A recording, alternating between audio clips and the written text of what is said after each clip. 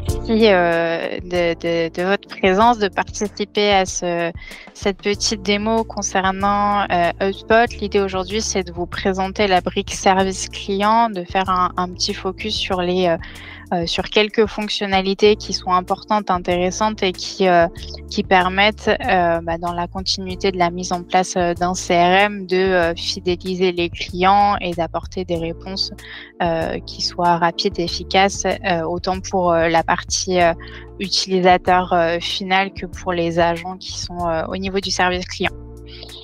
Donc, je vais vous partager mon écran. Donc, pour commencer, on va se mettre dans la peau d'un utilisateur final. Donc là, on est dans le cas où c'est un utilisateur qui a fait une commande sur un site internet de mobilier de jardin, de mobilier d'extérieur et qui va avoir des questions par rapport à sa commande. Donc, on est sur un centre d'aide qui a été mis en place avec HubSpot et qui permet d'être intégré directement sur le site internet à l'aide d'un lien. Sur ce centre d'aide, on va retrouver plusieurs fonctionnalités, notamment la barre de recherche et après la possibilité d'aller naviguer sur les différentes rubriques qui ont été créées. Dans chacune des rubriques, évidemment, on va pouvoir aller ajouter des sous-rubriques et différents articles qui vont pouvoir guider l'utilisateur. Donc, l'objectif de la mise en place de ce centre d'aide, ils sont multiples. C'est tout d'abord de permettre à l'utilisateur final, donc le client, d'obtenir ces informations en toute autonomie. Aujourd'hui, on sait que la plupart des clients aiment ou préfèrent résoudre leurs problématiques de manière autonome sans forcément avoir besoin de solliciter un service client. Donc, avoir une base de connaissances qui est libre d'accès et qui peut être intégrée directement via un lien sur le site internet du vendeur. C'est un moyen de pouvoir donner accès à toutes ces informations. C'est un gain de temps également pour l'utilisateur final puisqu'il peut retrouver de manière rapide, soit en faisant la recherche directement ici sur la barre de recherche, soit en naviguant comme je viens de vous montrer pour retrouver ces informations. Donc c'est assez rapide, c'est efficace et surtout c'est accessible en dehors des horaires d'ouverture du service client. Donc, s'il est 21h que je me pose finalement une question concernant l'achat que je souhaite faire ou que je viens d'effectuer, on n'a pas forcément besoin d'attendre le lendemain pour pouvoir essayer de trouver de l'information. C'est accessible directement. C'est une plateforme qui est relativement intuitive parce qu'on a différents menus sur lesquels on va pouvoir aller naviguer pour trouver l'information. Donc, c'est vraiment côté utilisateur un gain en efficacité. Ça donne également un petit peu plus de satisfaction dans la mesure où l'information est facile à trouver. L'utilisateur est satisfait plus rapidement et du coup plus susceptible d'aller potentiellement acheter de nouvelles choses sur le site internet ou d'avoir recours à nouveau au service de l'entreprise. Côté agent, on a également cette notion de gain de temps qui va ressortir vis-à-vis du centre d'aide. Donc, on est sur du self-service qui va permettre de répondre aux principales questions qui vont être simples et récurrentes, ce qu'on fait ressortir généralement via les FAQ. Et donc, ça va permettre, une fois qu'elles auront été résolues directement par le centre d'aide, de donner la possibilité de se concentrer uniquement sur les demandes qui vont être un petit peu plus complexes et qui ont une valeur, pour lesquelles l'agent a une valeur à ajouter qui est un peu plus importante puisqu'on n'est pas sur de la simple recopie d'informations qu'on pourrait trouver dans le centre d'aide, mais sur vraiment quelque chose où l'agent a besoin d'aller chercher des informations et va pouvoir accompagner le demandeur dans sa réponse. Donc, c'est un réel gain de temps à ce niveau-là. C'est forcément un gain en efficacité qui va se traduire derrière automatiquement par à nouveau de la satisfaction et donc de la fidélisation du client dans la mesure où effectivement on a pu lui apporter une réponse qui sera rapide puisqu'on se sera concentré sur les choses un petit peu plus complexes et qui sera beaucoup plus efficace. En termes de satisfaction, on le reverra un petit peu plus tard, mais on va pouvoir la mesurer aussi, soit à travers ici, comme vous voyez, du web widget, on va pouvoir naviguer et lancer des conversations avec le chat pour pouvoir trouver des informations. Donc, là, par exemple, si je cherche une information au niveau du paiement, donc c'est un workflow qui a été construit qu'on va pouvoir modéliser, sur lequel on va pouvoir pousser des articles, de l'information, et on va pouvoir mesurer directement si l'article qui a été proposé a été utile ou non. S'il a été utile, à ce moment-là, la conversation se termine et on a la possibilité, comme vous le voyez, d'envoyer une enquête de satisfaction pour savoir si l'utilisateur a pu trouver toutes ses réponses et s'il est content des échanges qu'il a pu avoir. Donc ça, c'est des informations qui vont être tracées également côté HubSpot. C'est des informations qui sont, on va dire, faciles à récupérer puisque on n'a pas eu besoin en tant qu'agent d'intervenir. On aurait pu, si finalement la réponse ne convenait pas, on aurait pu être transféré directement à un agent pour pouvoir chatter avec lui et échanger sur des sujets un petit peu plus précis et plus complexes. Là, en l'occurrence, le chatbot a pu faire le nécessaire, proposer les articles qui convenaient et on n'a pas eu besoin d'intervenir. Donc ça, c'est un premier moyen de contact qu'on va pouvoir retrouver depuis le centre d'aide. Le deuxième moyen de contact qu'on va avoir, ça va être le formulaire en ligne. Donc le formulaire qui va être complètement personnalisable, sur lequel on va pouvoir demander les champs qu'on souhaite, soit si on est sur du format liste déroulante, des formats, vous voyez, des cases à cocher. On peut mettre des données qui soient obligatoires ou non. L'objectif de ces formulaires, c'est vraiment de les personnaliser au maximum pour qu'ils puissent répondre aux besoins à la fois du client, donc il y ait une qualification de sa demande qui soit la plus précise possible et qui aide derrière le service client à avoir une réponse qui soit également la plus précise possible, dans la mesure où dès le départ, on va récupérer l'ensemble des informations qui sont nécessaires et du coup, on va pouvoir aller plus rapidement sur une réponse qui sera efficace. Donc là, si par exemple, je décide de solliciter, alors ce ne sera pas moi, ce sera Paul, qui va aller solliciter le service client sur une question. Donc là, Paul Martin, on va dire qu'il a un problème de facturation, réception facture par exemple. Bonjour, je n'ai pas reçu la dernière facture. Merci. Cordialement. Donc là, il va pouvoir envoyer sa demande automatiquement. Donc vous voyez, vous avez un petit message ici de confirmation de remerciement d'avoir soumis le formulaire. C'est un message qui est totalement personnalisable. On peut déjà y intégrer ici une première information sur le délai qui va être apporté. Donc ça, c'est vraiment du texte libre qu'on va pouvoir personnaliser en fonction. Et en parallèle, on va recevoir sur la boîte mail une confirmation de réception de la demande. Ça peut prendre un petit peu de temps. Et on va retrouver également cette demande dans la mesure où on va se connecter sur le portail client. Donc, en tant que Paul Martin, je me suis connectée à mon espace. Donc, ça, c'est pas quelque chose qui est obligatoire. Mais dans certains cas, en fonction des contextes clients, on peut mettre en place cette typologie d'accès sur laquelle l'utilisateur va retrouver toutes les demandes qu'il a pu soumettre. Donc, ça fait office d'historisation des demandes. Ça permet également de suivre l'état de la demande. Vous le voyez ici, on a le statut. Est-ce que la demande est ouverte? Est-ce que la demande est close? Et on peut suivre du coup ici les réponses et les échanges qui ont été faits. On pourrait rajouter une réponse ici directement, en sachant qu'on peut tout à fait faire des échanges par mail. Vous voyez ici, donc du coup, j'ai reçu en tant que Paul Martin, la confirmation de la soumission de ma demande.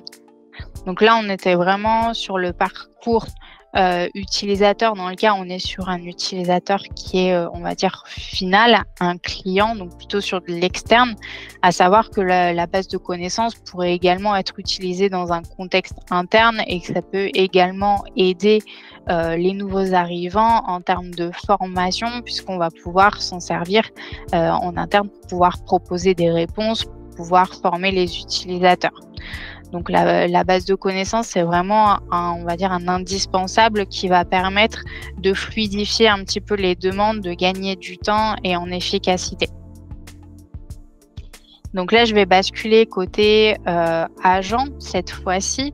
Donc je me suis connectée sur mon interface HubSpot. Je vais aller directement sur ma boîte de réception. Dans la boîte de réception, je vais retrouver toutes les demandes entrantes, quel que soit le canal. Donc là, on a toutes les demandes qui ne sont pas attribuées. On va les retrouver sur différentes vues, donc qui peuvent être triées par canal, mais qu'on peut également personnaliser. Là, par exemple, j'ai créé les vues avec les nouveaux tickets et une vue avec les tickets en cours. Donc ces vues-là, elles vont nous permettre de gérer et de piloter un petit peu l'activité sur les demandes qui sont entrantes, à savoir qu'au niveau de la boîte de réception, on va pouvoir qualifier et se dire est-ce que ça c'est une demande sur laquelle on a simplement un besoin d'information ou est-ce que cette demande-là, elle va nécessiter un échange un petit peu plus important et du coup le besoin de transférer cette demande comme un ticket.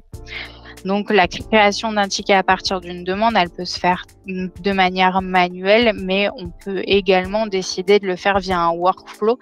Et c'est ce que j'ai fait directement au niveau du canal formulaire. J'ai créé un workflow qui dit qu'à chaque fois qu'il y a une demande qui est soumise via un formulaire, on va créer un ticket automatiquement. Donc, on va retrouver les tickets à la fois sur cette interface-là de boîte de réception, mais également, on le retrouvera tout à l'heure au niveau de la pipeline de support pour pouvoir voir les demandes et leur statut. Quand on est sur cette boîte de réception, on va retrouver donc différentes informations. Ici, on va retrouver toutes les demandes qui sont en attente. Là, on a un premier visu de la demande qui a été soumise. Et ici, on peut retrouver des informations concernant l'utilisateur. Si on ouvre un petit peu plus grand la fiche de Paul Martin, l'avantage d'HubSpot, c'est qu'on est sur un CRM avec les 3 briques qui sont disponibles, donc la brique sales et la brique marketing et la brique service client qu'on est en train de regarder, ce qui nous permet d'agréger sur une seule et même interface et de donner en visu également aux membres du service client toutes les informations concernant cet utilisateur. Donc, on va retrouver toutes les activités qui sont liées, tous les contacts qui ont pu être faits. Vous voyez, on retrouve également les chats qui se sont déroulés. Donc ça, c'est une réelle source d'information et c'est important à la fois pour l'utilisateur final puisque ça lui évite d'avoir à rappeler toutes les informations. S'il a déjà échangé plusieurs fois avec le service client, s'il a passé une commande, on va pouvoir retrouver directement les informations dans sa fiche. Et côté agent, c'est important également d'avoir du contexte pour pouvoir répondre plus précisément à la demande. Donc ça, c'est un réel avantage de HubSpot, c'est que puisqu'on est sur une plateforme qui est unifiée, on va retrouver le maximum d'informations, quelle que soit la personne qui a pu le saisir et le service plus globalement qui a pu le saisir initialement.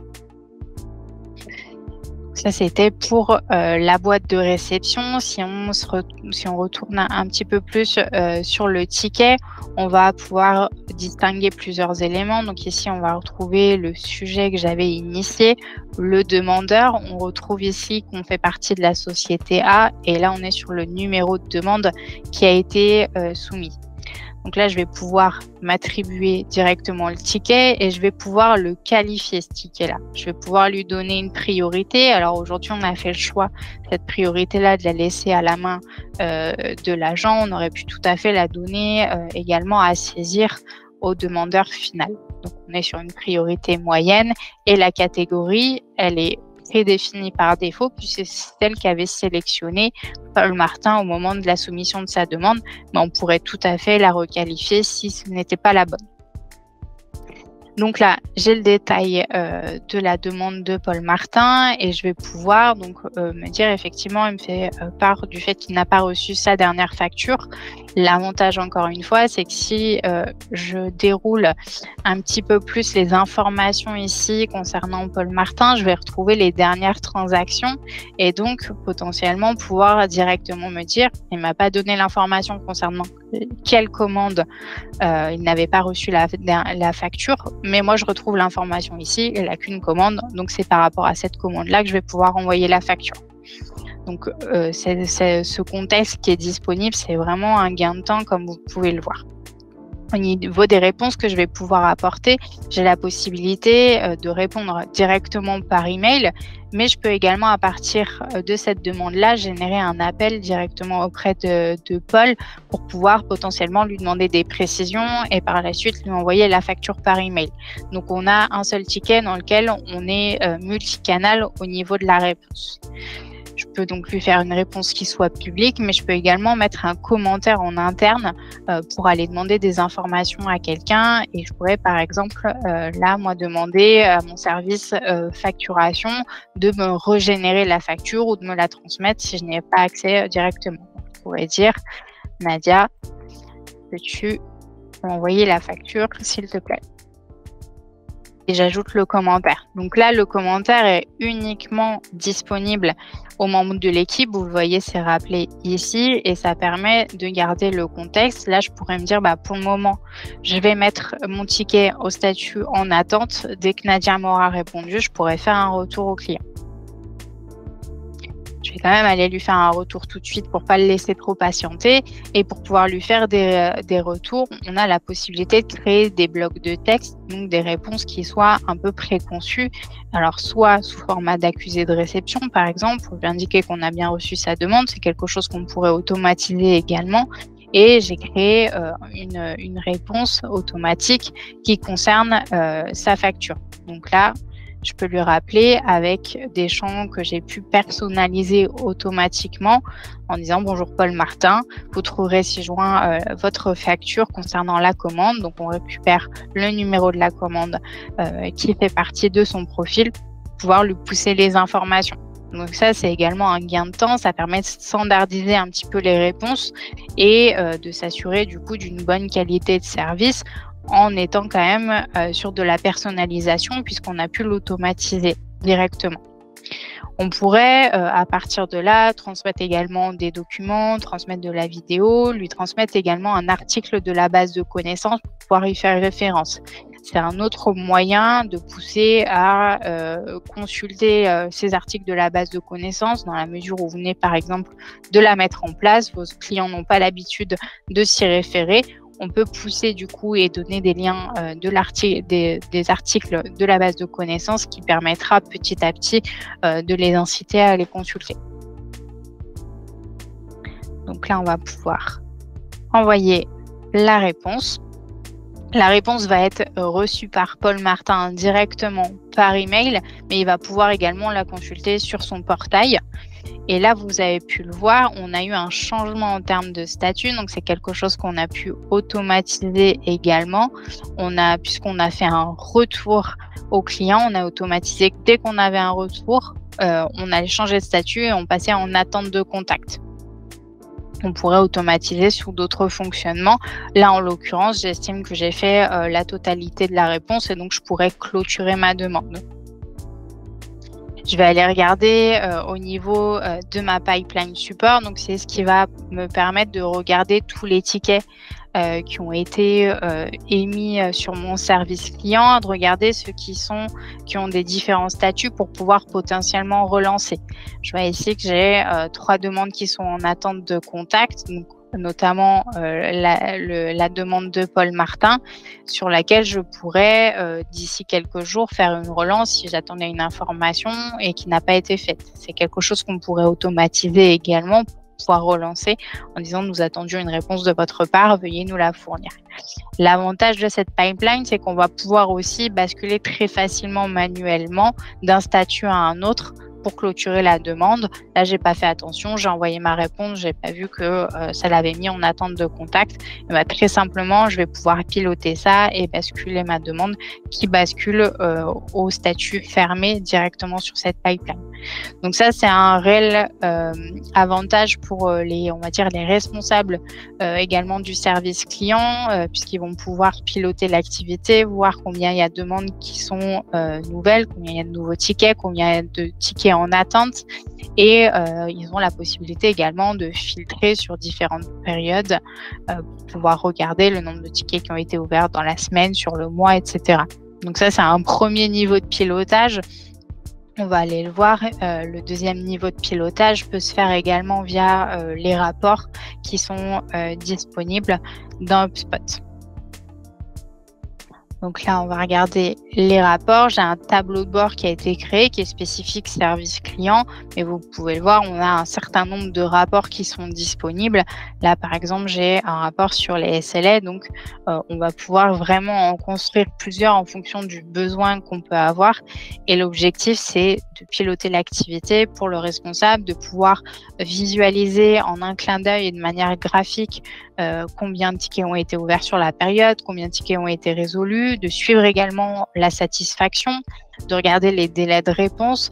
Par rapport à ça, on va pouvoir analyser un certain nombre de choses, peut-être identifier que on a beaucoup trop de demandes qui sont attribuées à un agent par rapport à un autre, qu'il faut rebasculer un petit peu.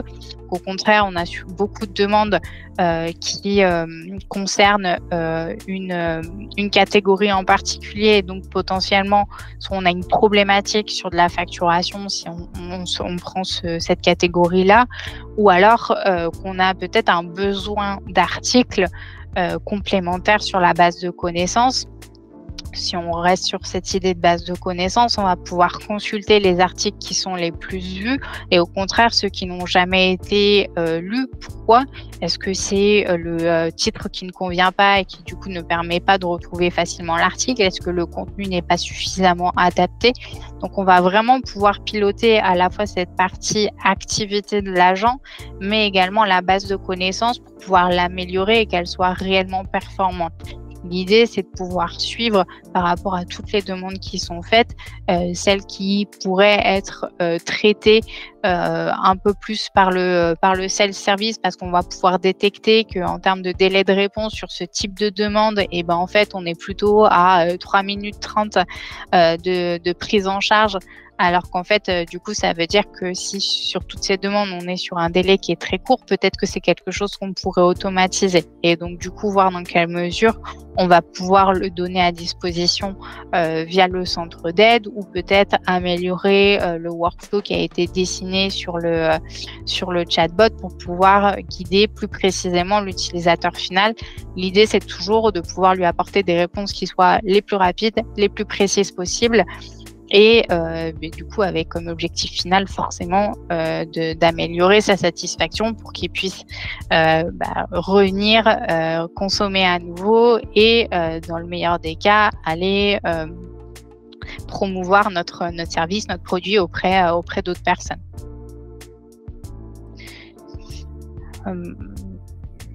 Voilà. Si je reviens, normalement, on a dû recevoir...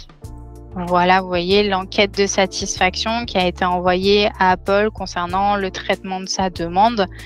Donc là, on a le rappel de la demande qui a été soumise et on va avoir la possibilité d'aller noter. Donc, on a pu trouver facilement les informations. Donc, on est sur 6, on va soumettre. Et donc, toutes ces informations, évidemment, vont être stockées directement dans HubSpot et on va pouvoir aller les analyser dans les enquêtes de feedback. Ici, pour pouvoir regarder les résultats. Donc, on a envoyé 2 demandes. Il y en a 2 qui ont été remises, une qui a été ouverte. On a eu une seule réponse et on va pouvoir faire des actions de la même manière sur ces retours en termes de satisfaction.